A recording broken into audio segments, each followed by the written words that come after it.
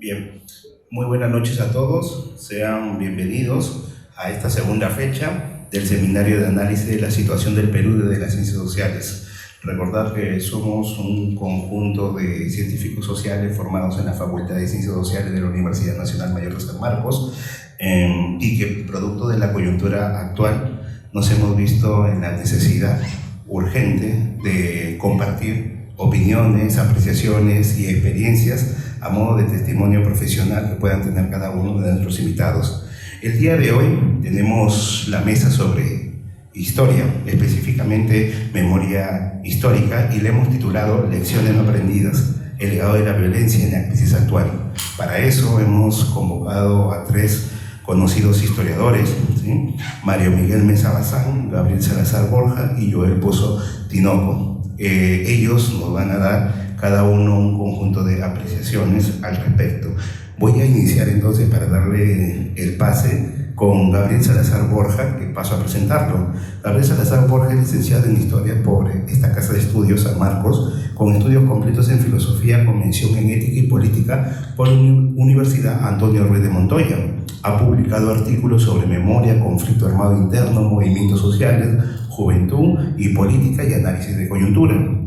Actualmente trabaja en la Coordinadora Nacional de Derechos Humanos y en Fórum Solidaridad Perú. También en instituciones que se dedican a la defensa de los derechos humanos y el medio ambiente. Entonces, doy el pase a Gabriel para que pueda iniciar con esta mesa y este conversatorio. Muchas gracias, Juan, y agradecido por la invitación. Saludo el evento, la iniciativa, el seminario, y estoy bastante contento de estar nuevamente acá en la facultad.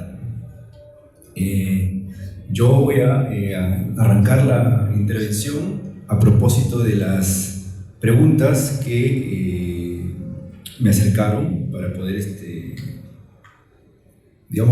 plantear algunas reflexiones, ¿no? Más o menos he ordenado las preguntas de la siguiente forma, son varias las que más o menos han planteado para poder armar la mesa, ¿no? La primera que quiero abordar es ¿cuánto se aprendió de la violencia en el conflicto armado interno, ¿no? En la pregunta hay una suposición, ¿no? ¿Qué es la violencia, para empezar, ¿no? Supongo que estamos hablando de la violencia política, ¿no? ¿Cuánto se aprendió de la violencia política en el conflicto armado interno? Y la violencia política es algo bastante amplio, inclusive, porque dentro del conflicto hubieron varias otras violencias, en fin. Yo me preguntaría cuáles son los orígenes de la violencia del conflicto armado interno, ¿no? En el informe final de la Comisión de la Verdad, si uno revisa los capítulos sobre los orígenes del conflicto armado interno, para remitirnos a un texto que es oficial del Estado, ¿no? Lo que menciona es que llegó un momento en la historia del Perú, ¿no?, en que ya no era más soportable algunas estructuras sociales, ¿no? Habla de soportabilidad. Es una palabra interesante dentro de la parte de los orígenes del conflicto armado interno en el informe final de la CBR, ¿no?, en uno de los tomos que es pequeño, ¿no?, que habla sobre los orígenes. Creo que es el tercero o segundo, que ya no era soportable en los orígenes de la violencia, ¿no? Lo que plantea el informe final es que lo que no era soportable ya era que el país siga viviendo en una estructura social entre siervos y hacendados, comunales y siervos. Y eso desencadenó un proceso que ustedes sabemos, es la toma de tierras, y después vino un gobierno que saneó un poco ese tema con Velasco, y vino una contrarreforma con Morales Bermúdez, ¿no? Allí hay un punto fuerte histórico que yo considero, y esa es mi opinión sobre ese punto, que falta mucho por investigar en la historia. O sea, los orígenes de la violencia me parece que llegan a ese punto en particular, lo más inmediato, ¿no? ¿Por qué? ¿No? Porque uno de los grupos armados que lanza lo que llamó el inicio de la lucha armada, es decir, Sendero Luminoso, plantea que vivíamos en un país donde todavía esta estructura existía, ¿no? Todavía se vivía casi en un modelo, como ellos decían, semicolonial, ¿no? Algunas otras autoras, como Cynthia McClintock, por decir alguien clásico de estas investigaciones, o el compilado de Steve Stern, ¿no? En fin, plantean que eso ya se había resuelto. No solo la toma de tierras, sino Velasco ya había resuelto el cambio estructural. Entonces, el diagnóstico del Partido Comunista del Perú, Sendero Luminoso, de que todavía vivíamos en una época semicolonial, era equivocado, según estos autores, y según yo también coincido, ¿no? Es como si tú digas, bueno, este paciente tiene tanto de fiebre, tal, y su diagnóstico es tal, entonces hay que aplicarle una inyección tal. Si tú fallas en el diagnóstico, le puedes aplicar una inyección que lo puede matar. En este caso, el análisis intelectual del Partido Comunista, del Sendero Luminoso, el diagnóstico como ese médico fue equivocado, ¿no? Para empezar, los orígenes de la violencia, desatada después, porque ellos por voluntad levantaron el inicio de la lucha armada, ¿no? Por eso digo en esa pregunta, ¿no? ¿Cuánto se aprendió de la violencia en el conflicto armado interno? Esta es una lección básica, ¿no? En las ciencias sociales hay que saber diagnosticar bien, de manera científica, porque si no, puedes aplicar, y esto hablo ya en el mundo paralelo de la política, en los 80s, algo que no es compatible, y puede salir algo como lo que se desató en los 80s. Una sangría, y mucha gente del campesinado que supuestamente iba a ser liberado terminó del otro lado, ¿no es cierto? Con los comités de autodefensa, con las rondas campesinas expulsando al Sendero Luminoso, ¿no? Digamos, para ir a un punto, otras cosas podemos hablar del tema, en qué momento es una revolución válida, el diagnóstico, en fin. Pero esos son otros temas más distintos, ¿no? Otra pregunta, estoy en 5 minutos ya, que tiene que ver con esta primera, los ciclos del autoritarismo, ¿no? Yo diría que hay una base, hablando históricamente también, de violencia y autoritarismo en el Perú, que yo considero que es la siguiente: es una fractura histórica que emerge en cada momento. Y la fractura histórica es la fractura que se da en el encuentro, en verdad, en la violencia que ejerce la llegada de los españoles al Perú. Prácticamente ahí se abre la llamada República de Españoles y la República de Indios, ¿no? Eso se habla en la historia, hay historiografía sobre eso. Y esa es una fractura en el país.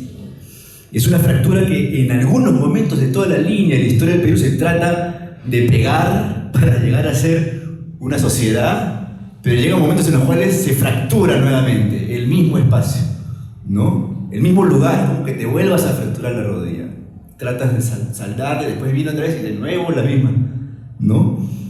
Podemos anotar ahí la rebelión de Tupac Amaru, por ejemplo, ¿no? La toma de tierras, ¿no?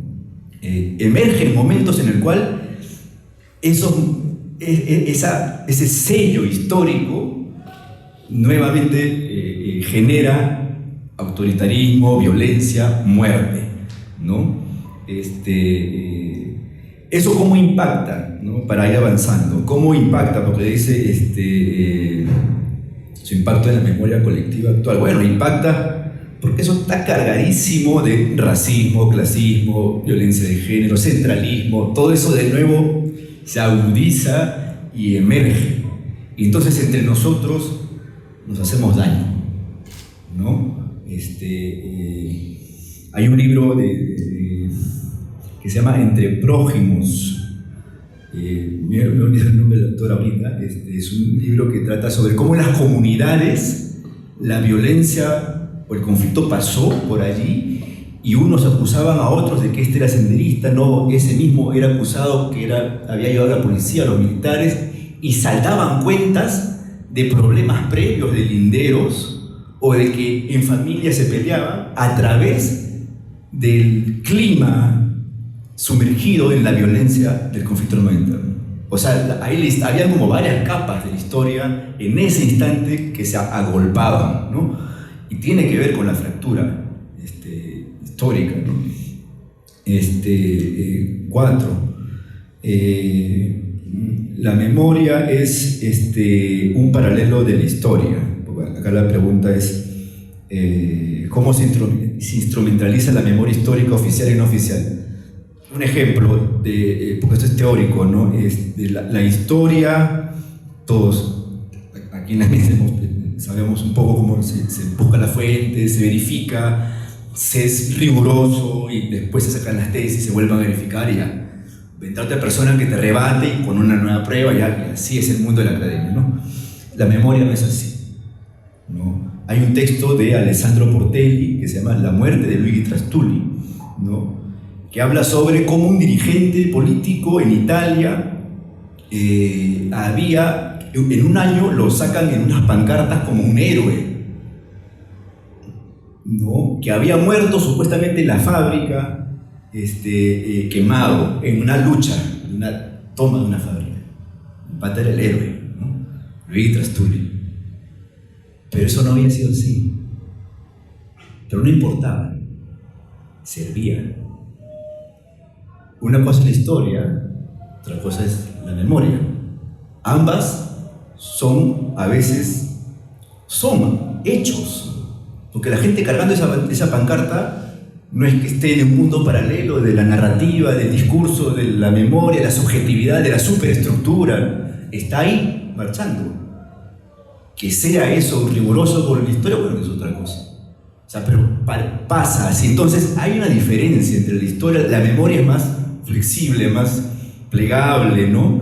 Entonces, en la historia oficial y la historia no oficial en el Perú, bueno, pues hay múltiples, ¿no? Y quien tiene el poder, en este caso probablemente en el sindicato, sabían tal vez de la historia y dijeron, no, hay que sacarlo a Luigi Trastulli en la pancarta, ¿no? Sirve para la pelea, ¿no?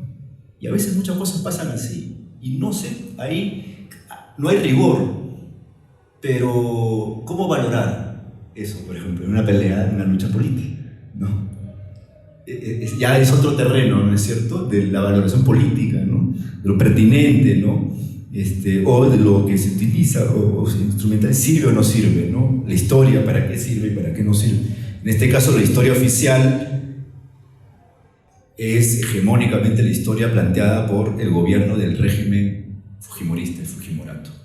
Los militares salvaron al Perú, ¿no? Alberto Fujimori salvó al Perú, ¿no? Y eso se cuenta en los colegios. Cuando aparece la CBR, aparece una contramemoria que pretende plantear de que eso no fue necesariamente así, que hubieron violaciones masivas de los militares y que no fue así. Y entonces aparece nuevamente el fujimorismo diciendo, no, fue así, sí fue así. Y hay una pelea, una batalla por la memoria, que se llama Elizabeth Yellen, en su texto famoso, que son Batallas por la Memoria, ¿no? Entonces, luego hay otra pregunta, estoy tratando de ir avanzando en base a las preguntas, ¿no?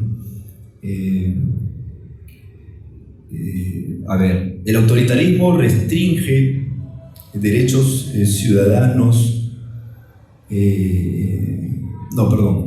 El autoritarismo, ¿qué es finalmente, ¿no? Si restringe derechos o no.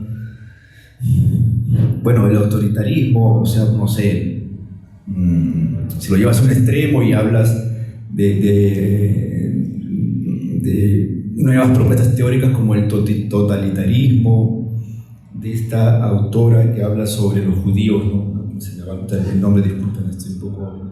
¿Perdón?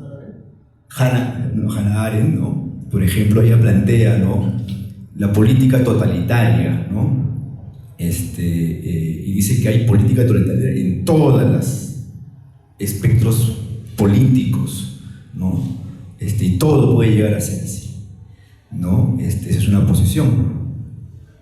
Luego hay otra posición, por ejemplo, me voy a referir, por ejemplo, a un filósofo, a Kant, ¿no?, cuando plantea de que guerras van a haber. El tema es, o sea, es inevitable que haya una guerra.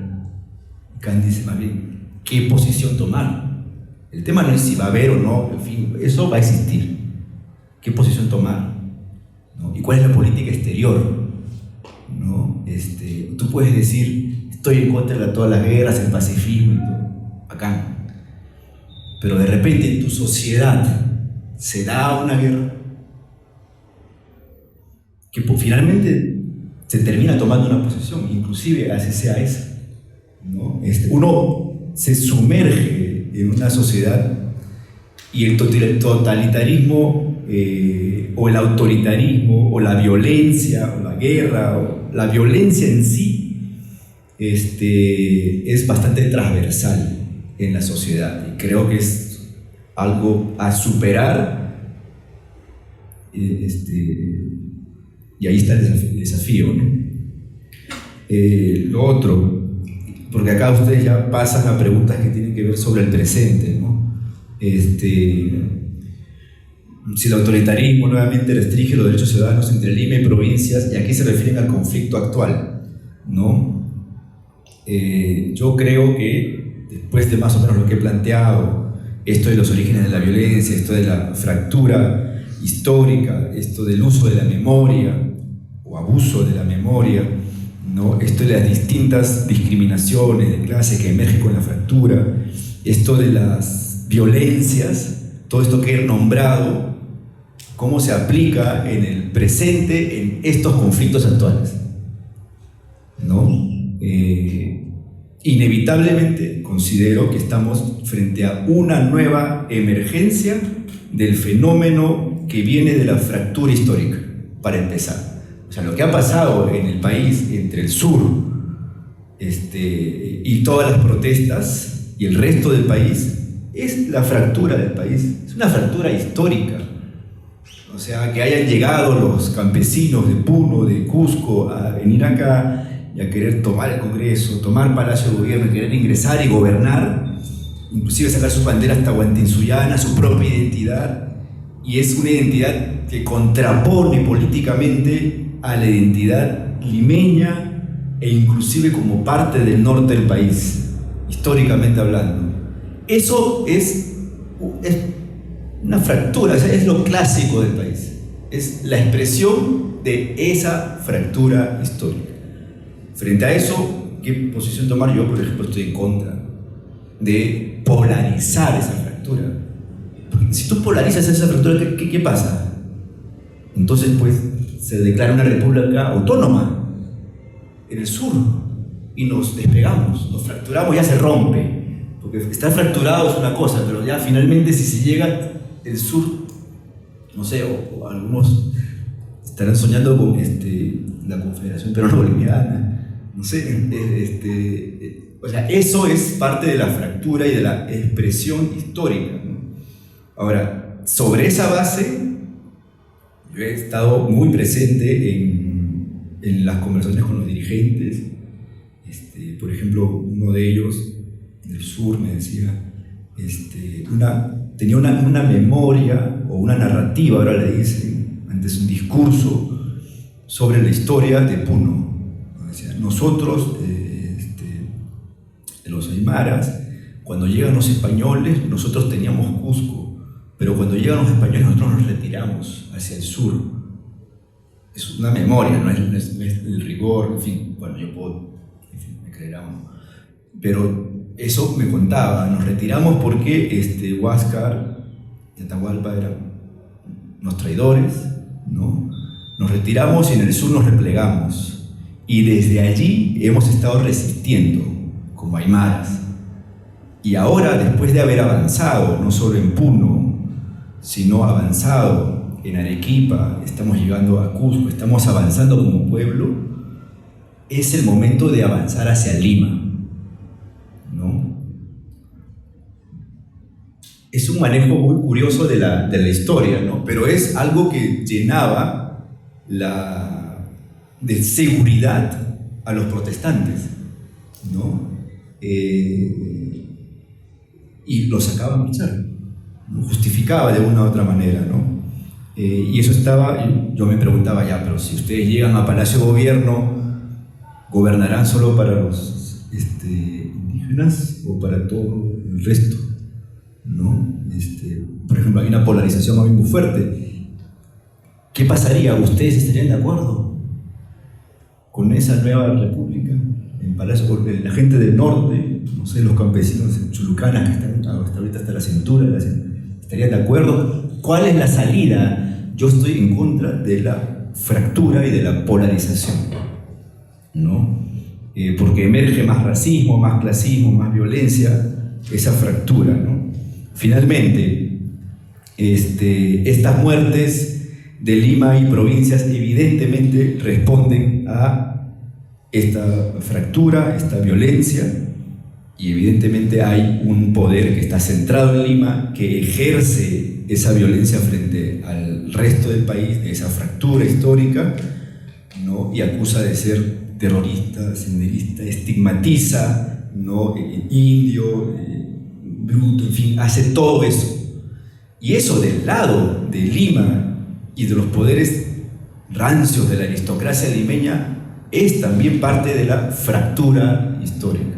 Alrededor de eso se mueve no solo la historia, sino la memoria y los discursos, ¿no?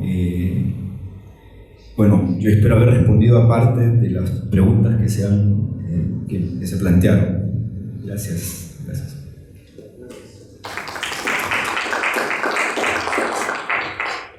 Agradecemos a Gabriel por esta participación. Y bueno, continuando con las exposiciones para el día de hoy, pasamos a Joel Miguel Pozo Tinoco, que es licenciado en Historia y egresado de la Maestría en Sociología, con mención en Estudios Políticos por la Facultad de Ciencias Sociales de la Universidad Nacional Mayor de San Marcos.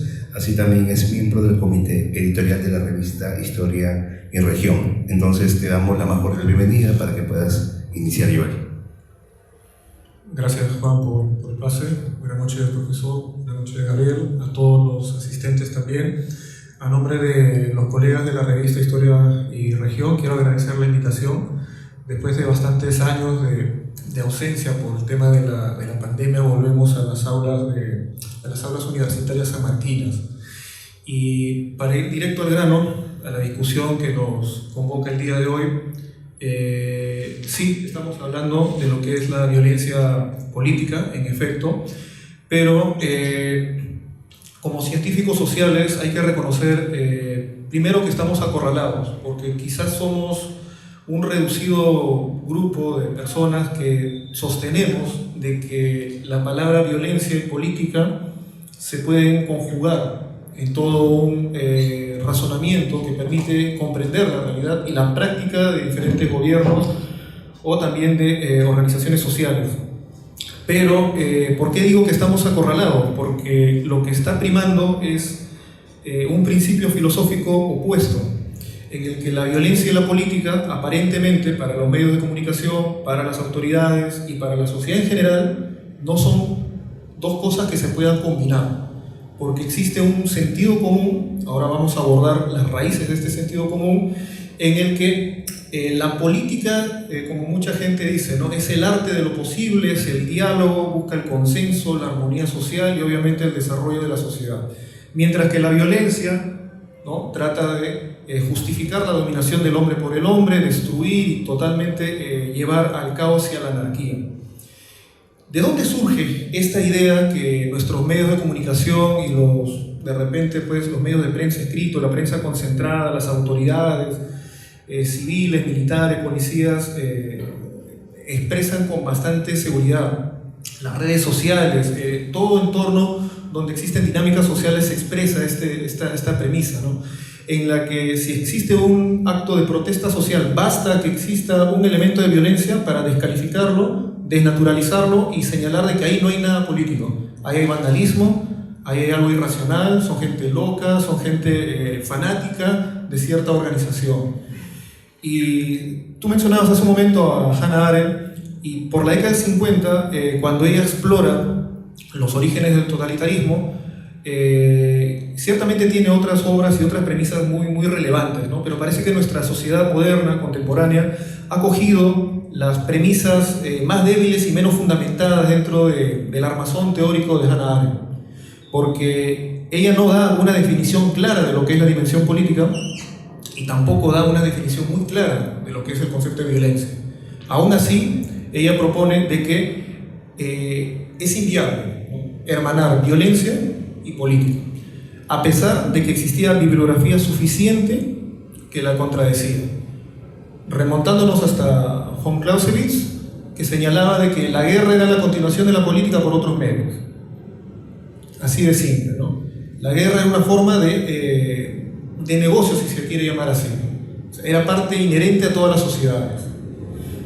Por la misma época, ya post-mortem, se conoce algunos textos de Walter Benjamin en la que se define, se plantea esta versión triple de lo que es la violencia, ¿no? La violencia fundadora, que establece un orden jurídico, moral, social; una violencia conservadora, que lucha por mantener ese orden, sin importar si es justo o injusto, lucha por conservar esa estructura social, jurídica, ese ordenamiento; y finalmente esa violencia divina o revolucionaria. Ciertamente en el planteamiento de Benjamin hay también algunos vacíos que posteriormente se han discutido bastante, pero que junto con una tradición de otros filósofos no solamente acumulan bibliografía especializada que sí nos demuestra de que la violencia no es algo ajeno a la política, es quizá la forma más común de hacer política. Después de la Segunda Guerra Mundial, todos los conflictos internacionales que se fueron expandiendo en diferentes regiones demuestran de que parte de la política internacional es hacer la guerra, agotar los recursos de un gobierno débil, la invasión y también el sojuzgamiento interno.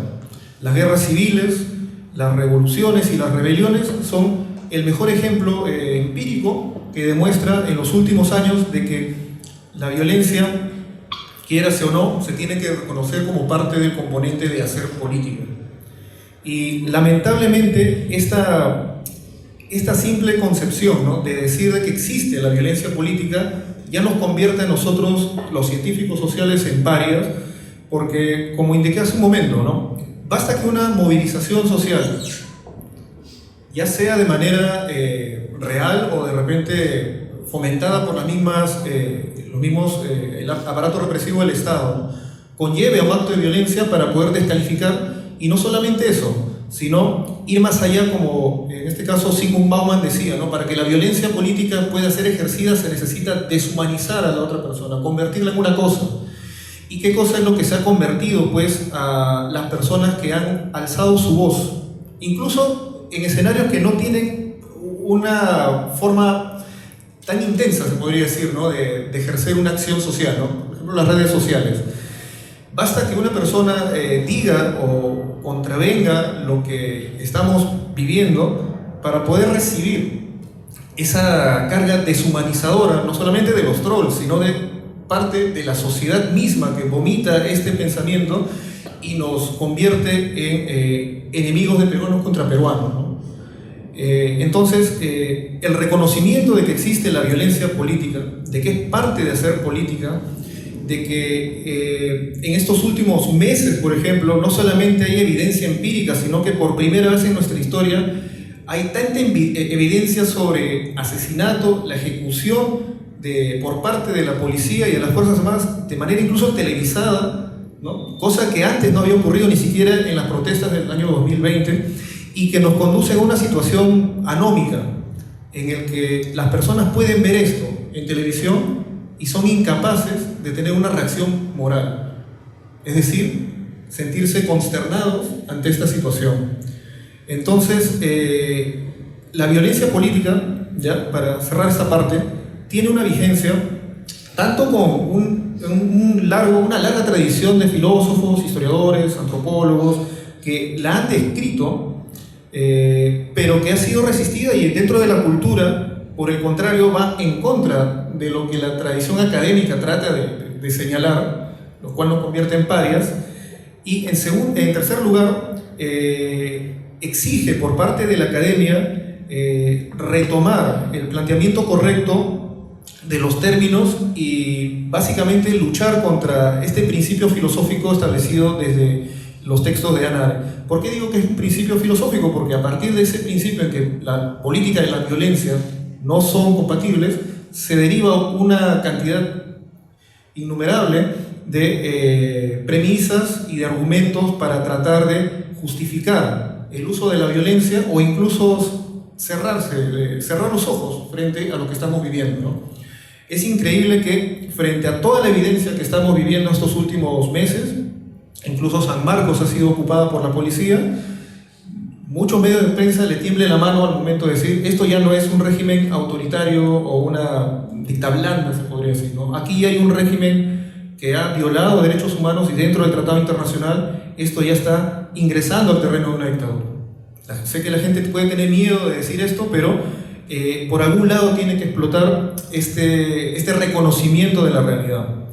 Y para cerrar esta parte y hacerlo un poco breve, quiero coger solamente una pregunta que es alusiva al título que ustedes habían formulado, ¿no? Lecciones aprendidas. Yo diría, ¿lecciones aprendidas para quién? Quisiera hacer 2 notas a pie de página con respecto a las élites peruanas.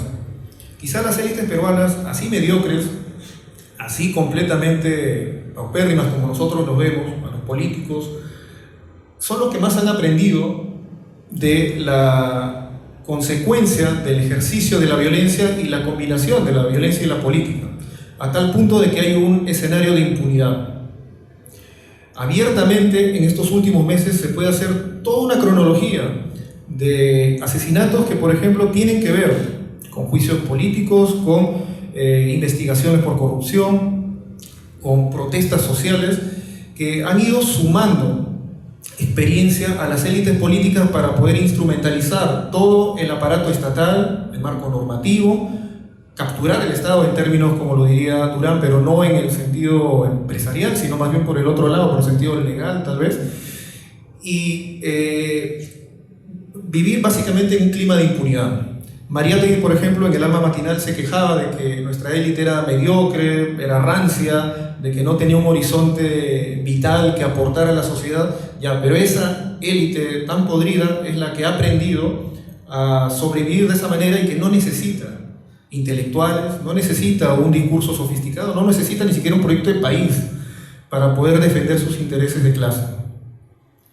Lecciones aprendidas por parte de la academia. Y aquí viene un tema que me parece un poco curioso, se podría decir, ¿no? La comunidad académica sanmarquina, ¿no? Para remarcar este hecho que ocurrió con la intervención de la policía, quizás la comunidad sanmarquina es una de las comunidades que más ha aportado al país. Y miren cómo nos han estado tratando los medios de comunicación, las mismas instituciones públicas, la policía. Es necesario que como comunidad académica extraigamos algunas lecciones que pueden ser polémicas y puedan ser discutibles, pero me parece que tienen que ser planteadas en cierto momento, ¿no? Como comunidad académica nos llaman los partidos políticos de derecha, de izquierda, de todos los colores, para justificar sus planes de gobierno, sus campañas electorales. Una vez que llegan al gobierno, cuando queremos supervisar el hecho de que ejecuten correctamente lo que habían dicho en campaña, nos sustituyen a los académicos por gente mediocre, porque ya se crea una componenda dentro del sistema político cuando llegan al gobierno. Lo mismo, muchas organizaciones cuando quieren militantes y quieren captar militancia, llaman a los intelectuales, llaman a los profesores, llaman a los académicos, hacen talleres, y al momento de capacitar a esos mismos militantes en un pensamiento crítico que permita el desarrollo intelectual, ¿no? Dentro de la militancia, nos dicen, señor, para otra ocasión será, ahorita hay otras prioridades, ¿sabes qué? En este contexto no se puede hacer eso, chao. El resultado y esto es algo triste, ¿ya? Es que como comunidad académica nos están usando y seguimos insistiendo en esta creencia de que nuestra militancia política como académicos va a mejorar la calidad política de las organizaciones. Y me parece que ese camino es demasiado peligroso. Le hemos hecho el trabajo fácil a muchas organizaciones que han llegado incluso a ser gobierno, y veamos los resultados de esa práctica de manera autocrítica. Como académicos, me parece que el camino contrario puede ser un poco más viable, en el que critiquemos directa y abiertamente a los partidos y organizaciones políticas para que sus militantes se conviertan en intelectuales y no que sustituyan los cuadros académicos que deberían tener como ellos piensan que somos, ¿no? Personal temporal que va a ayudarlos en la época de campaña, ¿no? Esas dos lecciones me parece que podría formular para el debate, si es que quieren debatirlo, pero sí me parece que da para bastante bibliografía, bastante discusión, ¿no? El tema de las élites y su aprendizaje para sobrevivir, y el caso de la comunidad académica. Dejo material para seguir conversando. Muchas gracias.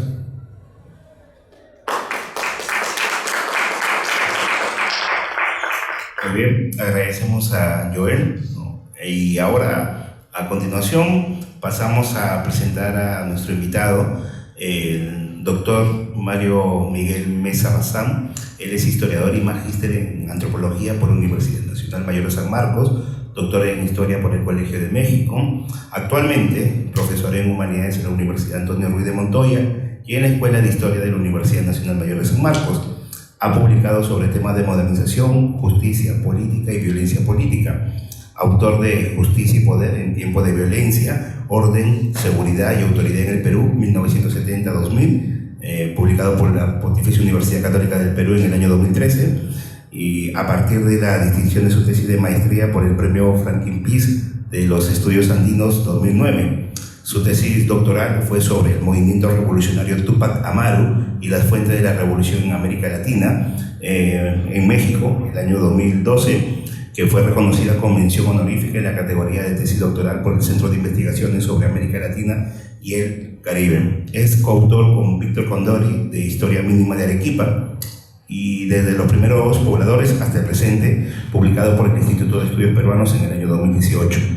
Entre el 2019 y el 2022 participó en el proyecto de investigación Narradores de Memoria, un conjunto de testimonios de personas, víctimas y familiares de víctimas afectadas por el periodo de violencia, publicado por el Lugar de la Memoria, la Tolerancia y la Inclusión Social, LUM. Actualmente es coordinador de la Maestría de Historia de la Universidad Nacional Mayor de San Marcos.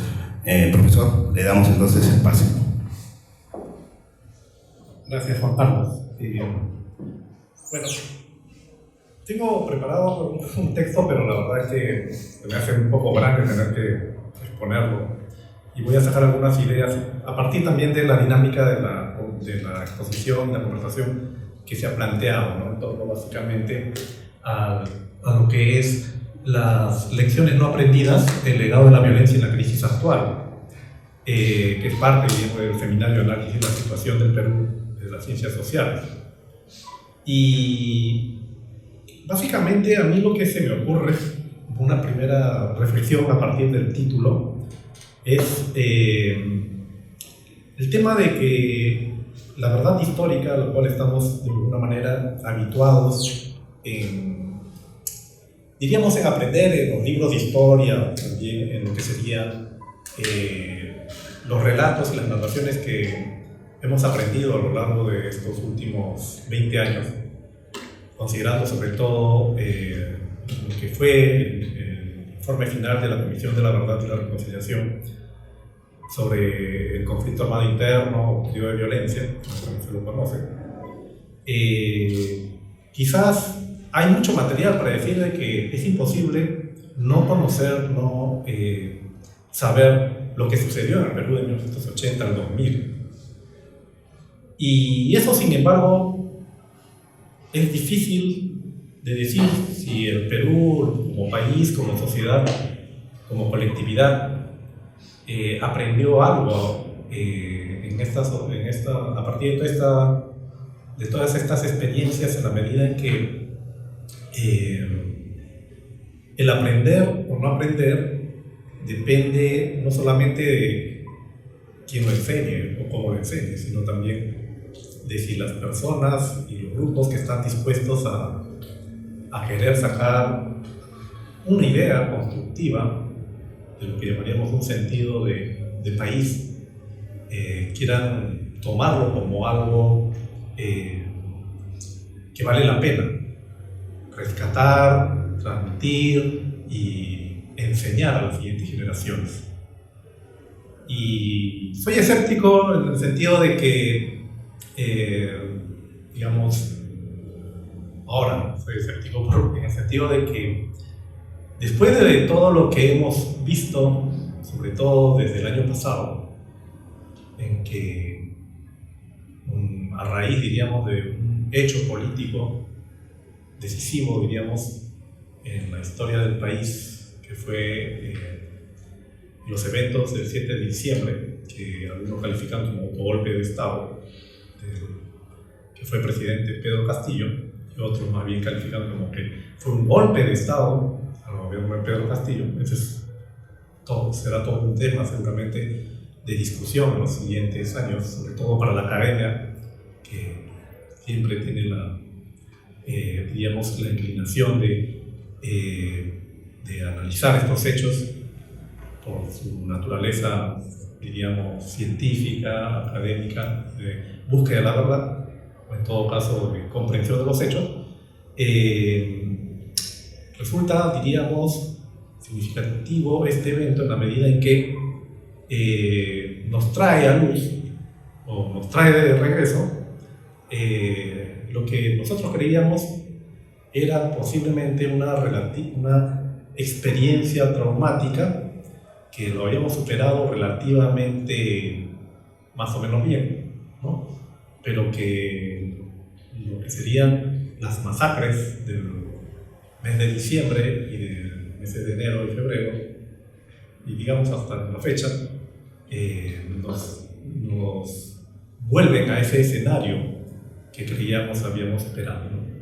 Y en ese contexto, pues, surgen mis dudas y digamos, mi escepticismo sobre las lecciones aprendidas o no aprendidas. Y eso porque, en última instancia, diríamos, quizás hemos omitido el hecho de que en los últimos 20 años, precisamente, después del informe final de la Comisión de la Verdad y la Reconciliación, sus recomendaciones para no volver a un escenario similar, parece que hubieran fracasado, no sé si en toda la extensión, pero por lo menos en alguna parte.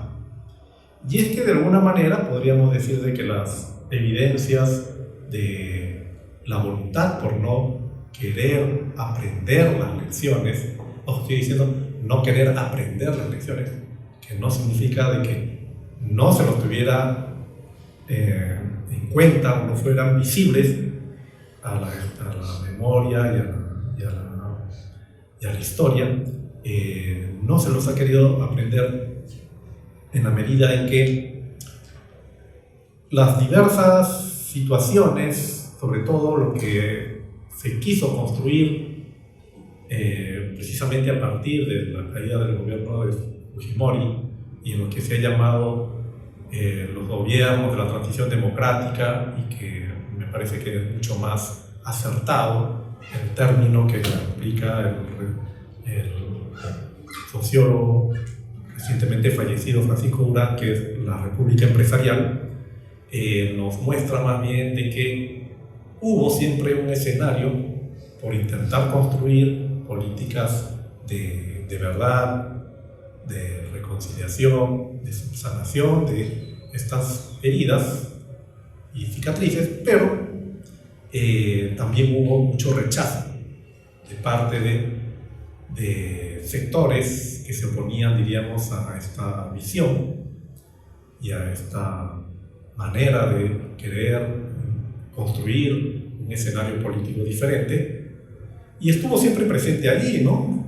A través de no solamente en lo que han sido los voceros y los diríamos defensores de de dar la vuelta a la página y imponer la mano dura, imponer, diríamos, la autoridad, en un sentido más de autoridad que afirme el orden y la seguridad interna del país, que estrictamente deseo de construir una sociedad post-violencia basado en principios fundamentales de derechos humanos. O sea, siempre estuvieron, diríamos, allí presentes, ¿no? Desde las situaciones de rechazo al informe final de la Comisión de la Verdad,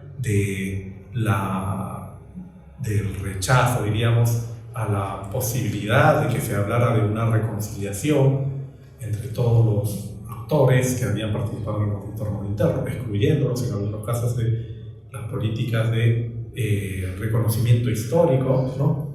Conocer también las causas o reconocer las causas profundas del conflicto armado interno, y en sí mismo discutir y regatear, como se dice, la posibilidad de que las víctimas reales, que sería en este caso la población afectada por el conflicto armado interno, recibieran, diríamos, unas políticas de reconocimiento, de dignificación, de reparación que correspondieran, ¿no?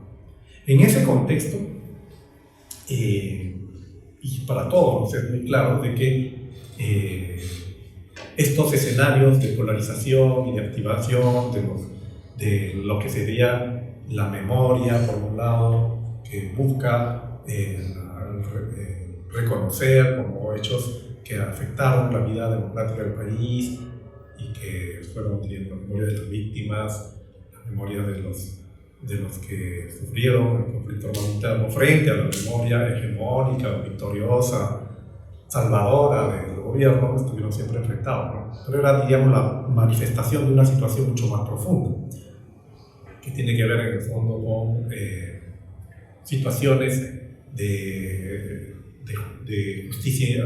injusticia estructural, de desigualdades, de explotación, y hasta en la forma como se tenía que construir la sociedad peruana en estos años de la llamada República Empresarial, ¿no? Que va, diríamos, de finales de los años 90 hasta, diríamos, hasta el presente, ¿no? Según digamos, el periodo que indica Francisco Durán. Ha estado, diríamos, esta etapa de la historia peruana atravesada por dimensiones estructurales de la explotación, la injusticia, la opresión y las desigualdades, acompañadas de violencia, definitivamente, siempre. Entonces, quizás uno de los episodios más resaltantes de este escenario polarizado, conflictivo, ¿no?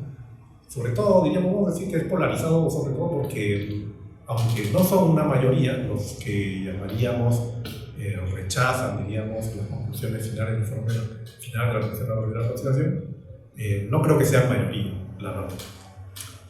Y si son una mayoría relativa, por decir una minoría importante, la verdad es que tampoco no creo que lo sean tanto. Pero son, diríamos, una cuota significativa de poder en el país. Ya lo sabemos, ¿no? Tienen la capacidad primero tienen la capacidad de poseer recursos económicos, luego tienen la capacidad de poder organizarse diríamos, en coaliciones y en representaciones políticas que ponen sus intereses de grupo y sus intereses individuales o, digamos, económicos por encima del interés colectivo. Y luego, digamos, tienen la capacidad también de tener llegada en los medios de comunicación, digamos, una capacidad de reproducir sus discursos y sus puntos de vista de manera hegemónica en los medios, en la red, ¿no? Al punto tal de que pueden tener un peso relevante en un escenario político que ha reducido, por otro lado, su capacidad de representación de los intereses mayoritarios de la sociedad peruana. Entonces, eso donde se ha visto, por ejemplo, durante lo que han sido los periodos electorales, desde los años 2006, 2011, 2016, 2021, siempre han reactivado, diríamos, estas tensiones y estos escenarios.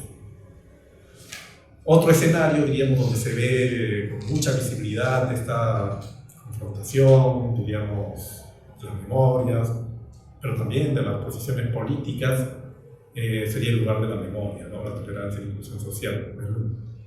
En el sentido de que siempre ha sido, diríamos, un espacio problemático para el Estado, ¿no? A pesar de que es parte de la estructura jurídica, institucional, política del Estado, es diríamos, un espacio que no solamente abre sus puertas a la ciudadanía para hacer memoria, sino porque además también congrega, digamos, una participación activa de las víctimas, de los familiares de las víctimas, para conmemorar, recordar y también hacer una serie de actividades que puedan construir lo que sería memorias entrelazadas, con una orientación, diríamos, de búsqueda de la verdad, ¿no? Colectiva, y donde teóricamente es parte de las tareas no solamente de un gobierno, sino del Estado, todos los gobiernos, de conseguir esos objetivos que tienen uno.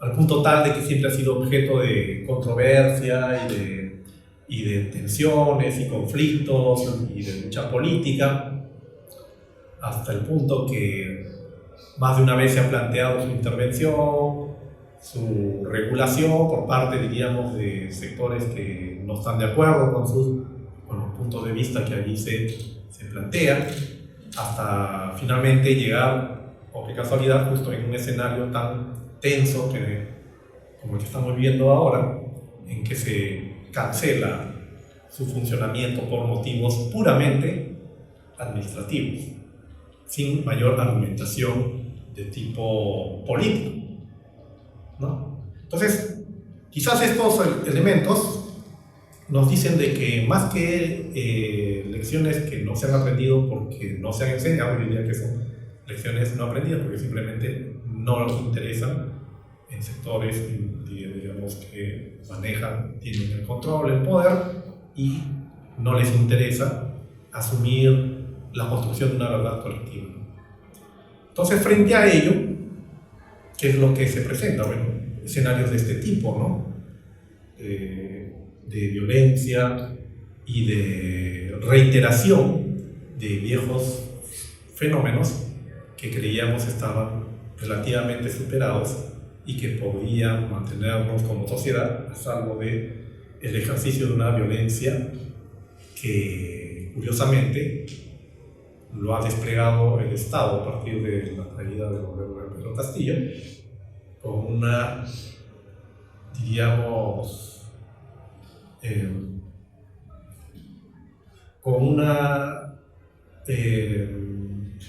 diríamos, extrema violencia, ¿no?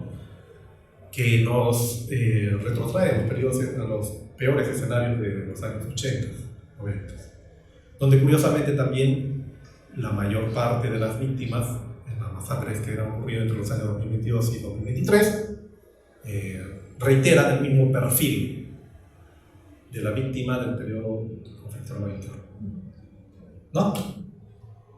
Entonces, esto, diríamos, no es tampoco algo que nos debería sorprender, porque si ha sucedido antes de los años 2022 y 2023 en regiones del interior del país, es decir, por ejemplo, en las movilizaciones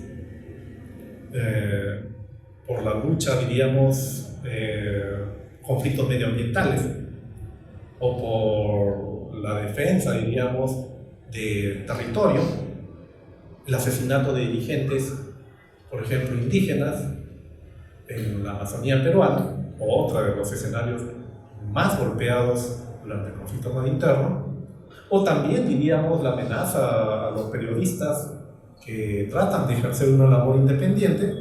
O sea, ahí estamos reiterando, diríamos, escenarios que no son muy conocidos con respecto al conflicto armado interno. Y si a ello agregamos, diríamos, otros escenarios que ya no se producen directamente por acción del Estado, sea de la policía, las Fuerzas Armadas o de sus funcionarios, por ejemplo, la violencia de género, que tiene también otro correlato en el conflicto armado interno a través de la violencia sexual, y hoy día se siguen reproduciendo estos escenarios, no necesariamente porque son agentes del Estado los que lo perpetran, sino más bien desde la propia, desde la propia sociedad, ¿no? Entonces, no estamos, diríamos, en un escenario estructuralmente tan diferente hoy en día de lo que se vivió hace 40 años. En términos históricos, diríamos, esto podríamos rastrearlo, digamos, desde tiempos probablemente muy lejanos, pero las señales, como dirían los meteorólogos o los astrólogos, están allí, ¿no? Entonces, esto pone, diríamos, entredicho cosas que de repente deberían ser de perogrullo para los historiadores, pero que sobre todo, diríamos, que estamos en ciencias sociales, humanidades, historia, ¿no? En general, que vemos los temas de la sociedad y de la sociedad a través del tiempo, nos pone en una situación difícil, porque parecería que no se quieren aprender las lecciones del pasado. ¿Y por qué no se querrían aprender las lecciones del pasado? Y eso ya sería materia de una exposición quizás más larga, que es lo que había preparado. Eso lo voy a plantear. Porque probablemente la forma como, o digo, solamente como manera de planteamiento, ¿no? Pues una hipótesis, un trabajo que siquiera haya profundizado, ¿no? Sería probablemente porque, en el fondo, las formas de construir los regímenes de gobierno y de poder en el Perú están totalmente desarticulados. ¿En qué sentido están totalmente desarticulados? Bueno, por un lado, se intentó construir, solamente como un escenario probable de análisis, ¿no? Lo que sería la propia República Empresarial. Probablemente el proyecto de construcción de una justicia, de una sociedad post-conflicto o post-violencia, que buscara construir una sociedad con justicia, que se pusiera reconciliación y, diríamos, memoria para no volver a los hechos de la violencia, tenía un ingrediente, un factor que es esencial para construir esta sociedad justa, ¿no? Pero que no estaba sólidamente establecida ni sólidamente articulada, lo que debería ser un proyecto de gobierno o de sociedad, no voy a decir reconciliada, pero por lo menos que buscara hacer justicia a la víctima. Y es el hecho del tema de la verdad. Sabemos que el tema de la verdad, de la búsqueda de la verdad en el Perú, cuando hablamos de conflicto armado interno, más allá de la verdad histórica, involucra un efecto que tiene que ver con una situación mucho más cotidiana. Es buscar la verdad de los crímenes, los delitos y de lo que le debe corresponder fundamentalmente al sistema de justicia en el Perú. Y eso ha ido, diríamos, en términos jurisdiccionales, jurídicos e institucionales, diríamos, de lo que sería la administración de justicia, con pies de plomo, ¿no? Y muchas veces los pies de plomo se quedaban hundidos en el foso, en el charco de las dinámicas de poder. Dinámicas de poder que podían involucrar, por un lado, impedir de que se desarrollaran estos procesos judiciales, o simplemente por la propia dinámica administrativa, que países como el nuestro tienen la virtud, entre comillas, de enredarlo todo, ¿no? Entonces, si no hay, diríamos, verdad jurídica, judicial, difícilmente va a emerger también la verdad histórica. Y si hay verdad histórica, difícilmente se va a dar un proceso de justicia y de reconciliación. Ahora, todo eso ha podido ser posible en buena parte porque efectivamente los, diríamos, mecanismos de poder que articulan los intereses de aquellos que, por un lado, no quieren que se descubra más estos hechos acaecidos hace 40 años, siguen operando en la actualidad, en el sentido de que son los que, por ejemplo, impiden la realización de procesos judiciales. Hemos visto recientemente un caso que es el de Daniel Urresti, ¿no? Que acaba de ser condenado por la justicia. Uno podría decir, han condenado a un violador de derechos humanos.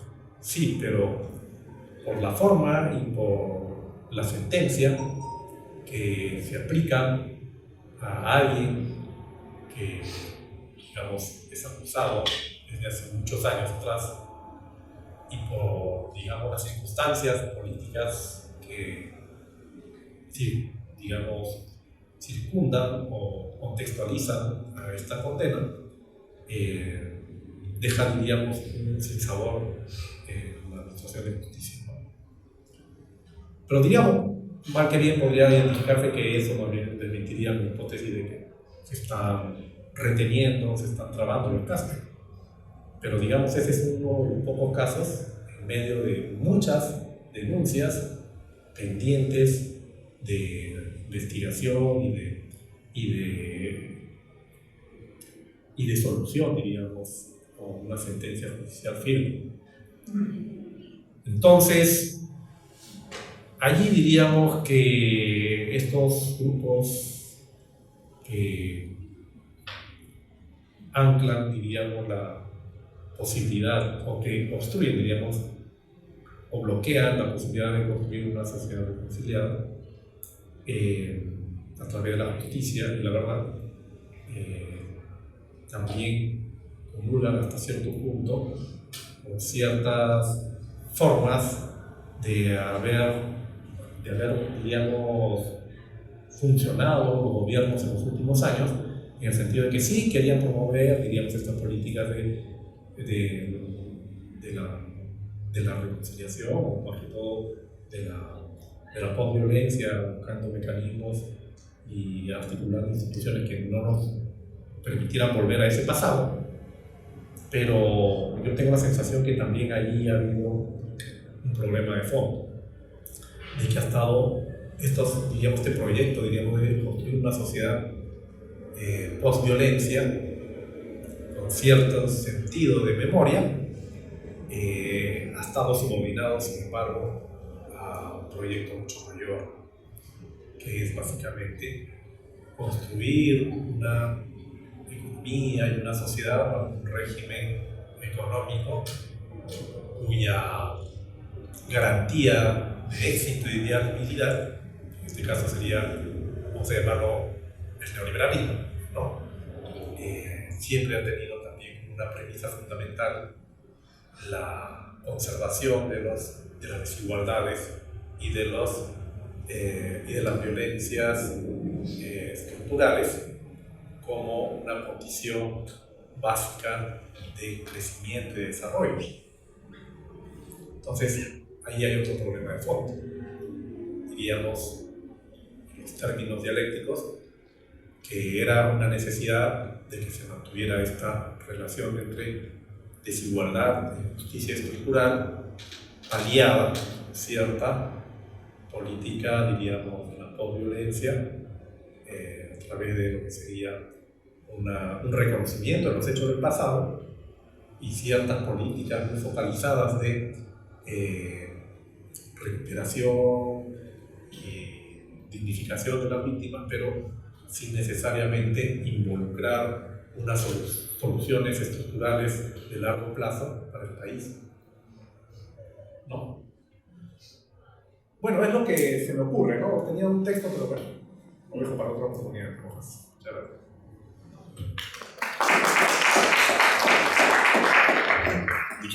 Muchísimas gracias al doctor Mario Mesa. Sí. Bueno, como se habrán podido dar cuenta, el objetivo era hacer un análisis de la situación del Perú y hemos tratado de hacer un análisis histórico, tratando de vincular un hito, que ha sido el periodo de conflicto armado interno con violencia política, y ahí nació justamente la necesidad de esta mesa de lecciones no aprendidas, que los tres expositores aquí presentes, un doctor y dos licenciados egresados de maestrías, ¿no? Han compartido con todos nosotros. Dicho esto, un agradecimiento, pero antes de cerrar quisiéramos saber si por parte del público hay alguna pregunta, aprovechando justamente este evento y la presencia de nuestros invitados. Entonces, abro muy brevemente este espacio para que puedan hacer las consultas respectivas.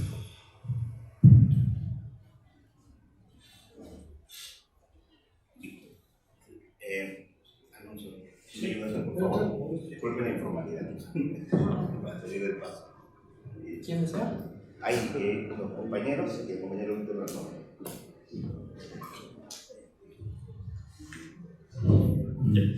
Bueno, a mí más que pregunta, me dejaba la reflexión que mencionaban con respecto a que la política inevitablemente tenía un componente de violencia, ¿no? Y esto es, bueno, recuerdo algunas lecturas, ¿no?, sobre cómo caracterizar la política realmente, ¿no? Y Carl Schmitt, por ejemplo, dividía o caracterizaba la política en base a esta dicotomía entre amigo y enemigo, ¿no? Porque decía, ¿no?, si la ética se califica entre lo bueno y lo malo, la estética se califica entre lo bello y lo feo, por ejemplo, ¿no? La política es el amigo y el enemigo, ¿no? Y uno cuando analiza, digamos, la situación, el contexto político de cualquier país incluso, ¿no?, podrá dar cuenta de que siempre hay opuestos, ¿no? Hay bueno, por ejemplo, partidos progresistas contra partidos conservadores y todos y cada uno de ellos, incluso en la micropolítica, ¿no?, de cada, incluso en la política universitaria, por ejemplo, ¿no? Creas comunidades y dices, él es amigo o él es enemigo, ¿no? Entonces, inevitablemente cuando analizas la política, entonces yo también pienso por este mismo dicotomía, ¿qué le das a un amigo, no? Para los amigos, por ejemplo, trago, y para los enemigos, veneno, ¿no? Por ejemplo, ¿no? Entonces es como que casi como que violencia y política se mantuviesen casi como de la mano, ¿no? Y no pienso, o sea, desde la propia realización, otra forma de pensar la política que no incluya algún componente de violencia, ¿no? O ustedes consideran de que es posible pensar en una forma de hacer política sin pensar en algún componente violento o tratar de soslayar la violencia lo más mínimo posible, incluso, ¿no? Bueno, igual, gracias por su asistencia, su tiempo, las reflexiones que han dado, todos los apuntes han sido geniales. Yo en realidad quería detenerme en dos cosas. Se han comentado bastante el tema de la CBR como este punto que debió ser como de partida para hablar de estos de la violencia, ¿no? De la violencia, los procesos de violencia en el país. Y recuerdo que yo recuerdo que su resumen, su versión que más se difunde se llama Hato Muyakui, ¿no? El gran relato.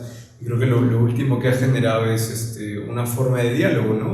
O lo último que ha sido la CBR y toda la institucionalidad que se ha desplegado a partir de ella es un relato, ¿no? En realidad no ha generado un diálogo, hay en realidad muchas disputas para ni siquiera tenerla como un documento para referirnos con el cual podemos referirnos, ¿no?, sobre ese periodo, sino se la quiere desaparecer.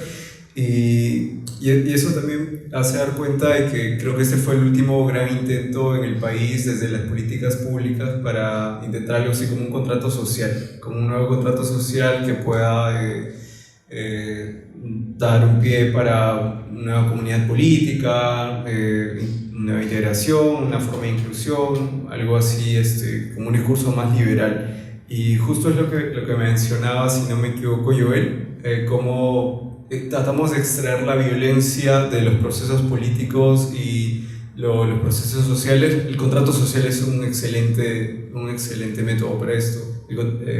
Básicamente, después del COVID, el contrato social ha regresado con gran fuerza para hablarnos de cómo debemos reparar las cosas, cómo todo puede volver a funcionar, cómo los engranajes pueden volver a su sitio y sobre todo cómo las cosas deben estar en constante armonía o deben tender a esto, y cuando hay disputa, la disrupción se ve como negativa, ¿no? Se interpreta siempre como polarización. Cuando alguien no recurre a los canales que ya has planteado para solucionar los problemas, es un violento y se lo saca del juego político, se lo saca del contrato social. Entonces quizá esta pueda ser no sé cómo lo evalúan, ¿no? Porque el contrato social suele regresar como Rousseau ya lo había dicho en su momento.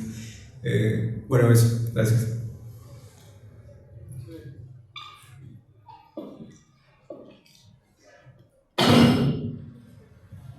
Bueno, en primer lugar, celebrar el evento.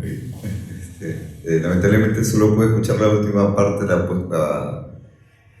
digamos, la intervención de Mario, ¿no? Y en ese sentido iba mi pregunta, ¿no? Sí, es cierto, se compara un poco este proceso con el conflicto armado interno, lo que sucedió en aquella época. Sin embargo, ¿en qué medida habría algún hecho, digamos, significativo de tales dimensiones en medio del conflicto armado? O sea, es cierto que hubieron un conjunto de masacres, hay una alta tasa, ¿no? Sin embargo, de forma visible, un hecho, una masacre de tales magnitudes,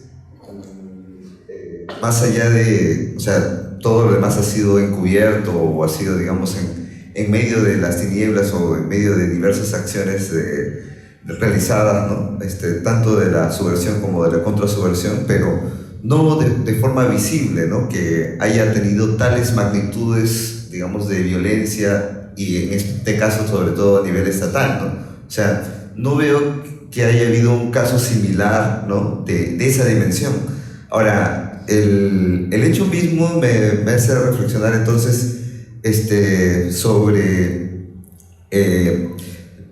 también es cierto, comparamos, hay diversos hechos a comparar, ¿no? También en cuanto a los niveles de impunidad, los niveles de diversas características estructurales que se vieron a nivel de la violencia. Sin embargo, es cierto que hay diversos conflictos de memoria, como señala quien me antecedió, ¿no? Pero ¿en qué medida quizás el discurso histórico, ¿no? también haya contribuido, ¿no? en el desarrollo de una explicación o de alimentar memorias de diverso índole en este conflicto, ¿no? O sea, me refiero, por ejemplo, ¿no?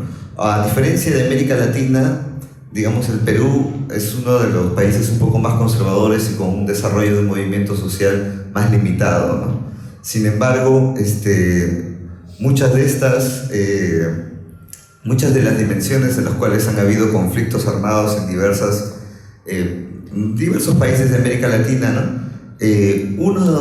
Una de las corrientes que ha estado en disputa, ¿no? en medio de esos escenarios de conflicto ha sido el hecho de reivindicar quizás a estos actores de estos conflictos como luchadores sociales, protagonistas, etc. Sin embargo, en el Perú, esto digamos es algo que no ha sido más bien un poco reducido o algo no tan dimensionado, ¿no? ¿En qué medida quizás el hecho de que tengamos un discurso o se haya construido también un discurso en cuanto a el conflicto y cómo es que haya habido también, digamos, hegemónicamente diversas tendencias, ya sea la del terruqueo o ya sea el hecho de intentar despolitizar a los actores que estuvieron participando en dicho contexto, sea también parte de un elemento que construye un discurso histórico que finalmente también es parte del proceso de despolitización de la sociedad actual, ¿no? Yo tengo una pregunta.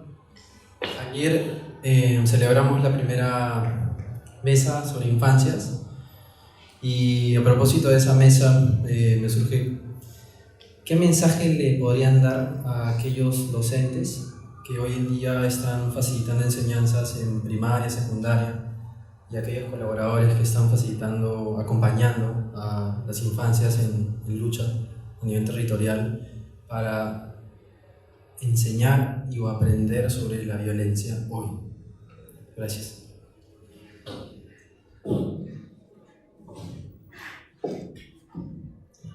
Muy bien, muchas gracias por las preguntas. Le damos 7 minutos, ¿sí? Para que puedan responder. Mantenemos el orden: Gabriel, Joel y el profesor Mario.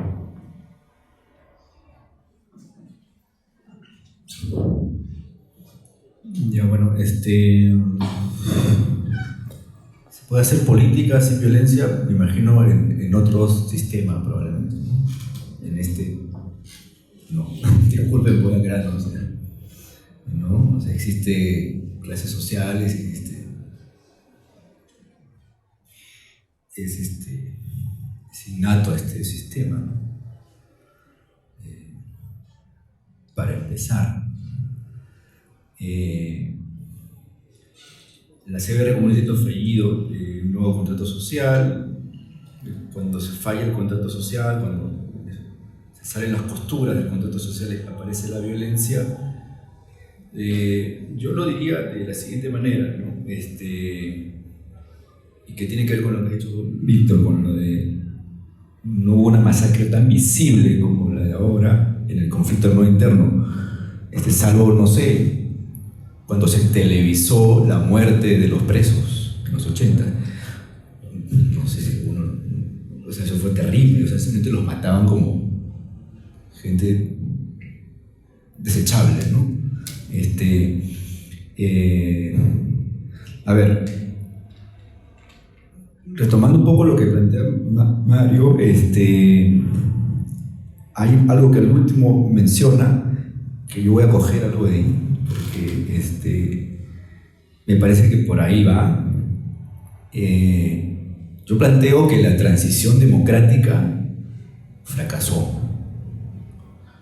Y hablando en términos del informe final de la CBR, estos 23 años, 22 años, dejaron de ser soportables para mucha gente.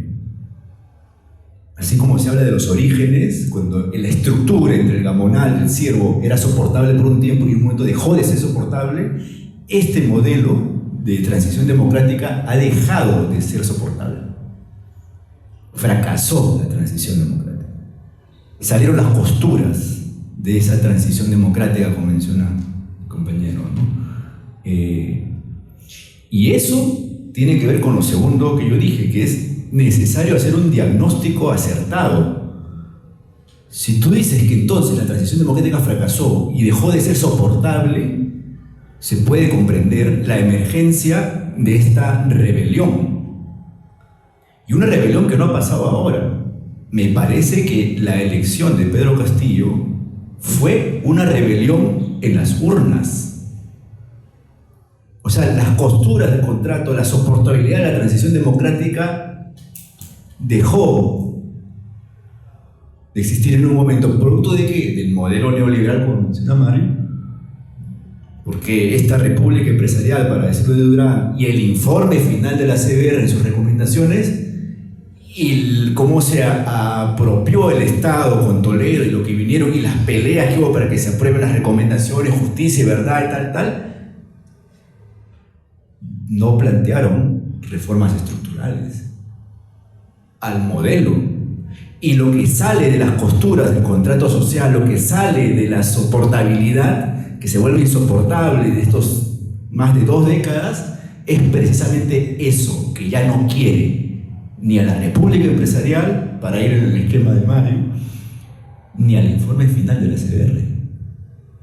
Y los sectores políticos que están detrás de cada uno de los dos proyectos políticos, porque como dice el compañero, fue un proyecto político, el contrato social de la CBR, un proyecto político liberal. No, pues, fracasó también. Fracasó los dos.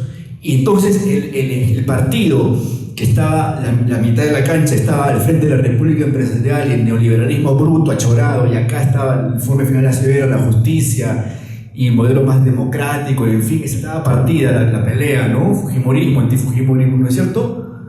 Esa marcada de cancha ya no existe. Ahora hay otra marcada de cancha donde a esos dos los ponen arriba y acá abajo hay otro, que es el que emergió y dice: ustedes fracasaron de frente, queremos tomar el poder, Pedro Castillo el poder, esta rebelión, reponer a Pedro Castillo. Como diría Carlos Iván en uno de los textos que él hace de la recopilación de los estudios antropológicos, él dice: el levantamiento de Sendero se nos pasó por las narices a los antropólogos como un elefante enfrente nuestro. Hay que tener cuidado de no estar viendo el diagnóstico actual, de qué se nos está pasando. Y hablo de diagnóstico, y en ciencias sociales hay que hacer un buen diagnóstico, ¿no? Yo creo que la cancha está marcada por una rebelión popular. Ahora, una rebelión popular sostenida sobre el fracaso de esta transición del modelo neoliberal y todo ello, ¿no? Que cambia el tablero y precisamente, yo insisto, hace de nuevo que esa que se iba tejiendo poco a poco se fracture nuevamente. Y hablo de esos dos Perús, pero también hablo, por no decirlo así, de las clases sociales, ¿no? O sea, tener a los trabajadores en Ica y en Piura de la agroexportación de esa manera, los trabajadores textiles de esa manera, tener la minería artesanal de esa manera, tener la trata, tener todo lo que le llaman, entre comillas, economía informal, ¿no? Que es boyante, que es la mayor economía del país, pero que a costa de la sangre de la gente, ¿no? Y por otro lado tener este Perú formal en Lima, minoritario, ¿no? O sea, esto cualquier persona ve eso y dice: acá va a estallar algo, ¿no? Acá, y creo que eso es lo que ha pasado, ¿no? Igual yo tengo críticas a la misma rebelión popular, al mismo proyecto de Pedro Castillo, a la misma rebelión popular de ahora. Evidentemente yo tomo partido por un lado por la justicia social, ¿no? Económica, creo que pasa por ahí, pero el proyecto social del país tiene que ser un proyecto, pues, que incluya, ¿no es cierto? No creo que estemos en un momento político para hacer totalmente el giro. Ya se ha demostrado, las protestas simplemente pasaron. No cayó Dina Boluarte, no llegó a ser tan fuerte, pero eso no significa que no exista, ¿no? La cancha se ha marcado de manera distinta, el diagnóstico es clave, la soportabilidad y el modelo. Me parece que por ahí va lo del contrato, respondiendo a lo de violencia y topando un poco lo que Mario ha planteado, ¿no? Bien, voy a ser bien conciso, ¿ya? Y ¿qué tal si cambiamos la perspectiva de la ponderación que le estamos dando a la CBR y la tratamos de interpretar como un mero formalismo del gobierno de transición y el futuro gobierno para cumplir exigencias internacionales de estabilidad jurídica y económica para el crédito internacional? Simplemente eso. Ciertamente para nosotros el informe y el desarrollo de la CBR es importante, pero ¿cuántos somos los científicos sociales que tratamos de desarrollar alguna actividad con un impacto en las políticas públicas? Creo que los dedos de una mano sobran. Como dices tú, ¿no? Con el paso de los años, el gobierno Tolodo básicamente desechó todas las recomendaciones, ¿no? Y eran bastantes recomendaciones muy interesantes, ¿no? Desde la reforma de la formación de la policía, el mismo hecho de establecer instituciones públicas en zonas de frontera, algo tan básico y elemental, no se ha hecho. Entonces, tal vez estamos cometiendo el error de sobredimensionar el impacto de la CBR y no ver que detrás de ello hay una negociación política que tuvo su efecto, ¿no? Y que una vez que tuvo el efecto, pues simplemente se dejó que se desgaste, ¿no? La CBR tuvo un consejo de reparaciones para las víctimas, de dos tipos, individuales y colectivas. ¿Dónde funcionaba, dónde estaba la sede de ese consejo de reparación? En San Isidro. ¿De dónde tenían que venir ahora ya no las víctimas directas, sino los familiares que reclamaban justicia? Tenían que ir a San Isidro. O esperar que los delegados vayan de cuando en cuando a la zona de conflicto para que levanten el informe y se les dé pues las reparaciones individuales o colectivas, ¿no? Entonces, sería interesante, ¿verdad? Que se estudie el proceso ya del Consejo de Reparaciones y si de verdad ¿Las víctimas eran consideradas como víctimas o simplemente era parte de la burocracia que se tenía que cumplir por parte de la PCM, ¿no? Eso por un lado, lo dejo a discusión, de repente estoy exagerando en situar de esta manera, cambiar la ponderación del SR, ¿no? Pero lo dejo para el debate. Se habló del contrato social. Ojo que en ciencia política hace más de 70 años ya el contrato social ha sido dejado de lado como parte del razonamiento, porque empíricamente no podemos encontrar ni siquiera en los Estados Unidos elementos, ¿no? Fuentes, ¿no? O sea, de que de verdad hubo un contrato social. Y es quizá el país modelo de este razonamiento, ¿no? del contractualismo, ¿no? Porque Estados Unidos surge como una nación, ¿no? Y mantenía todavía la esclavitud. Posteriormente tuvo incluso una guerra civil, ¿no? Pero pese a ello, sí hay algo interesante en la historia estadounidense, en la historia política estadounidense, ¿no? Relacionada a la pregunta de cómo solucionar el tema de la violencia, ¿no? Y ese sistema federalista, que me parece que se estudia poco en el caso de la Facultad de Ciencias Sociales. Tú hablabas, ¿no? ¿Qué pasaría si el Perú se independizase por facciones, de repente el sur? Pero ¿por qué no hacemos el giro de tuerca y pensamos, o sea, si de verdad tiene algún sentido el diseño de república unitaria que tiene nuestro país, ¿no? ¿Qué diría, por ejemplo, Jürgen Habermas sobre este tipo de diseño que lo que hace es aplastar a las minorías culturales y convertirlas básicamente en seres que no son ciudadanos, ¿no? Sinesio López tiene un montón de artículos y trabajos sobre el tema, ¿no? De que hay una ciudadanía aparente, ¿no? ¿Y qué pasaría, pues, si es que nuestro régimen unitario, de país unitario, que va en contra de la tendencia internacional? Si ustedes hacen un mapa internacional, ¿cuántos países tienen régimen federativo? Claro, diferentes tipos de rendimiento, ¿no? Pero el caso peruano, ¿a qué nos ha llevado? Hay casos interesantes de intentos federalistas a lo largo de nuestra historia, ¿no? Desde la República Federal de Loreto, ¿sí? Tenemos diferentes escenarios a lo largo de nuestra historia, ¿no? Toda la Confederación Peruano-Boliviana, se puede hacer una cronología, todas ellas silenciadas a sangre y fuego. Y la gente que ahora estaba diciendo, a tono de broma me parece, ¿no? El tema de independizar Puno, han sido cosificados, deshumanizados y animalizados, como si fueran unos ignorantes que están atentando contra la gran unidad peruana que deberíamos sostener, ¿no? Volviendo a Habermas, ¿no? Esta unidad, esta república unitaria está aplastando a todas las minorías culturales, ¿no? Desde el mismo idioma, desde la misma forma de razonamiento y el pensamiento criollo, que se tiene que estandarizar, ¿no? Así que esto de la república unitaria me parece que sí podría ser reflexionado como un elemento que no permite, pues, el contrato social. Quisiera discrepar amablemente con el profesor Mario sobre en que no hay mucha diferencia estructural entre la violencia de hace 40, 50 años, en época de violencia, y lo que estamos viviendo ahora.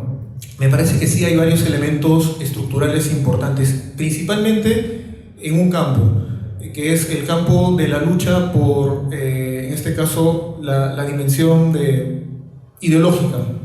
Los medios de comunicación, como indicaba hace un momento, nunca habían pasado por televisión de tal manera, tantos actos de violencia de manera tan cruda, y habían generado, se podría decir, una suerte de adormecimiento, ¿no? Hablábamos de Hannah Arendt y que hay un concepto que sí me parece que es interesante, el de la banalización del mal. Es decir, que cuando un acto de violencia se hace rutinario, la sensibilidad de parte de la sociedad civil pues se va adormeciendo, ¿no? Anthony Giddens también hablaba un poco de esto, de cómo la moral individual en realidad le saca la vuelta a la moral o a la vigencia de una ideología o una moral, ¿no? ¿A qué nos lleva esto? A que vamos a tolerar con mayor facilidad la muerte, la persecución y la violencia. Ya no solamente en dimensiones políticas, sino también en dimensiones tal vez privadas, ¿no? ¿Cuántos de ustedes por ser sanmarquinos no han recibido un gesto o una frase, ¿no? Soy sanmarquino, piensan que tienes una piedra en la mochila, de que de repente vas a tomar pues las armas, que eres rojo, ¿no? Y tú simplemente estás comiendo ahí tus tallarines o estás ahí tranquilo y la gente ya piensa, ¿no? Ya. ¿Qué diría en este caso Slavoj Žižek al respecto? Este es un tipo de violencia simbólica muy sutil. En lo que hace, a partir de la broma, del lenguaje cotidiano, es justificar el marco de exclusión y deshumanización de ciertos sujetos sociales. ¿Para qué? Para ejercer no solamente la violencia simbólica, sino también en algún momento determinado una violencia física. Desaparecerlo, encarcelarlo, perseguirlo, tal vez hacerle un juicio, hostigarlo, que es lo que está ocurriendo ahora frente a nuestras narices, ¿no? Yo tengo una perspectiva un poco más pesimista de la realidad. Me parece que no solamente que no estamos yendo hacia un contrato social, estamos destruyendo a los sujetos históricos que deberían ser convocados para ese contrato social. Los estamos deshumanizando, lo cual nos da la licencia, o al Estado le da la licencia de poder instrumentalizar sus cuerpos, y a nivel de los medios de comunicación se está haciendo un lavado de cerebro masivo, ¿no? Lo que Ortega y Gasset en la década del 20 y el 30 decía, el hombre masa, ¿no? Aquel hombre conformista con sus privilegios que le basta y le sobra lo que tiene para, bueno, conformarse con lo que hay, y encima se convierte en un sabio ignorante, ¿no? De que porque conoce un campo cree que puede juzgar moralmente en otros escenarios, ¿no? Ese sabio ignorante se ha convertido incluso en presidente, nos gobierna. Los casos de corrupción como la de la mochasueldos, ¿no? Actualmente, ¿no? Es la mejor evidencia de que estas élites que deberían conducirnos al contrato social no les interesa. No les es funcional tener ningún aprendizaje de la violencia política, al contrario, han sacado lecciones positivas de impunidad, de encubrimiento, y el caso de Urresti es palpable, ¿no? Ha sido ministro, ha tenido cargos, ha vivido en la vida política y la gente ha tenido expectativas incluso políticas sobre él, ¿no? Se ha convertido en un sujeto político válido, ¿no? Cuando en otros países pues, simplemente debería estar donde está, en la cárcel, ¿no? Entonces nuestras élites han aprendido, sí, bastante, más que nosotros incluso, a sobrevivir así, mediocres, y utilizando, instrumentalizando el Estado, la sociedad, los medios de comunicación, todos los medios materiales e inmateriales para jalar agua para su molino. Es lo que podría decir, ¿no? Si de repente discutimos luego en otra ocasión, ahí se puede conversar, ¿no?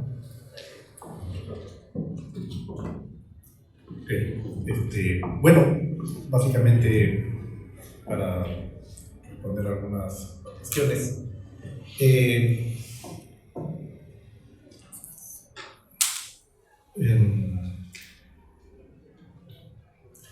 Algunas cuestiones básicas que planteamos. ¿Cómo entender una política sin violencia? Bueno, creo que a partir del diálogo, la palabra mediadora de los discursos y las voluntades de los que participan en él es la política ideal. Pero obviamente ese es solamente un modelo, un planteamiento que puede cumplirse, como también puede cumplirse o, digamos, está sujeta a la contingencia histórica. Entonces, el papel de la violencia obviamente está siempre presente a lo largo de la historia, y eso significa de que hay que entenderla y hay que conocerla, hay que entenderla, y sobre todo hay que saber dentro de qué escenarios y luchas políticas se da esta violencia, no con el ánimo de condenarla o de ocultarla o tampoco de glorificarla, ¿no? Sino básicamente de comprenderlo, menciono. Porque ya una comprensión del fenómeno es en sí mismo una ganancia, pero eso requeriría además acciones concretas para resituarlo, diríamos, en los escenarios políticos y de la sociedad. Una pregunta que se planteó era ¿qué hechos serían equiparables en el momento actual con el conflicto armado interno? Bueno, Diego lo mencionó, ¿no? Uno podría hacer la masacre de los penales. Sí, es un evento importante y efectivamente nos visibilizó en esa época un hecho que probablemente fue lo más horroroso que se pudo ver directamente. Pero también mucho estaría en las palabras, ¿sabes? Solamente la actitud muy visible de, por ejemplo, decir en los años 80, por ejemplo, del general Cisneros Vizcarra, de que es una necesidad imperativa dentro de la estrategia de la lucha contra el terrorista, eliminar a varios pobladores de alguna comunidad o algún pueblo que se considere sospechoso, para ver si por ahí de repente desapareció, eliminaba a algún terrorista, ¿no? Una frase muy significativa y que nos, diríamos, impacta siempre en el recuerdo, en la memoria, porque hace discernible, diríamos, lo que se piensa, luego se hace en cualquiera de sus formas, ¿no? Sea de manera visible, invisible, clandestina, pública, todas las formas que conocemos perfectamente. Y esto me retrotrae pues a las frases de quien es ahora el alcalde de Lima, llamando a muerte a Pedro Castillo y a Vladimir Cerrón. Entonces eso traduce lo que podríamos llamar una pulsión de muerte, que se hace manifiestamente pública y que recibe, diríamos, un respaldo en los hechos. Entonces es terrible, ¿no?, que esas pulsiones de muerte estén aflorando públicamente en la política, como discurso, no como hechos. Porque como hechos, la violencia en la política está siempre presente, diríamos, de manera consciente o muchas veces de manera inconsciente, pero acá se hace evidente algo que está latente y dispuesto a salir en los escenarios, diríamos en este caso, de búsqueda de beligerancia y de enfrentamiento, ¿no? Entonces, eso es lo terrible, diríamos, de estos escenarios. Entonces, es interesante cómo se plantea justamente este escenario que vivimos hoy en día, a partir de entender que efectivamente esto es una sociedad que ha, diríamos, esta etapa de la historia que hemos llamado, que se ha identificado, identificado como República Empresarial, es un proyecto político agotado.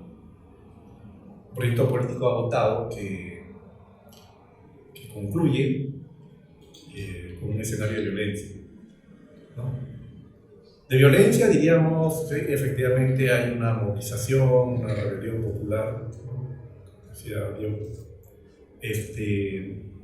que tiene una contraparte, ¿no?, una reacción, diríamos, conservadora con tintes fascistas.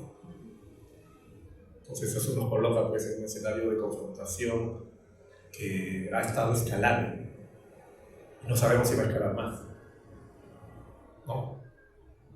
Entonces, ahí queda lo que nos tocaría hacer nosotros como historiadores, como intelectuales, como académicos, bueno, cumplir siempre la función que nos corresponde en una sociedad, ¿no?, el enfoque crítico sobre estas situaciones que vuelven de lo más lejano a presente, ¿no? Un aspecto que también mencionó yo es que la CBR estaba en San Isidro cuando funcionaba, ¿no?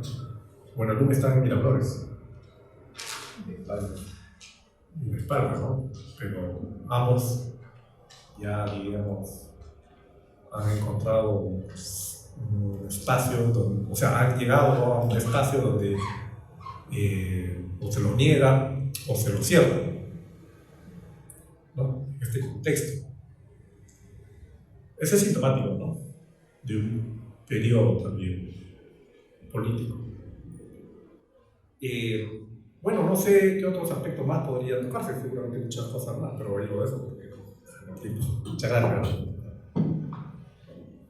Muy bien, ya para ir cerrando, queríamos agradecer justamente a nuestros tres invitados, ¿no? Al doctor Mario Mesa Bazán, al licenciado Gabriel Salazar y al licenciado Joel Pozo Tinoco. También agradecer a la Facultad de Ciencias Sociales que nos ha brindado el espacio, también a Amnistía Internacional y a las instituciones que ustedes representan, ¿no? La Unidad de Posgrado, Foro Solidaridad, la revista Historia y Región, para que quede constancia.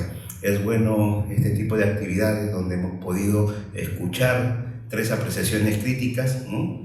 Con puntos de convergencia y también antisentido en uno que otro punto, sobre una coyuntura bastante difícil y complicada que es la actual, pero que justamente representa los cambios y las continuidades del Perú contemporáneo.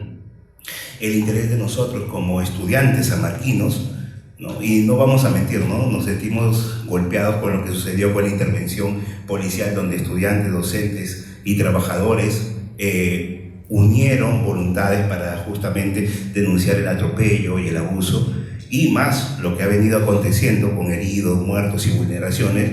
Queríamos justamente que en distintas mesas, en este caso la que yo estoy moderando, la mesa de historia, se trabajara pues un tema desde la memoria pues, histórica, pero relacionando pasado con presente, ¿no? Obviamente vinculándolo, por ejemplo, con el conflicto armado interno y las lecciones no aprendidas, que ha sido el tema palpitante. Las exposiciones han sido bastante nutridas, le estamos enormemente agradecidos que se hayan podido dar un tiempo, tanto nuestros invitados como los que nos están acompañando pues, en el auditorio, porque eso es lo bueno de la vuelta a la presencialidad, ¿no? Igual esto tiene un soporte de registro pues, audiovisual que se les comparte después, ¿sí? Previa edición, y bueno, con esto cerramos y quisiera pedirles un aplauso para nuestros invitados. Muchísimas gracias.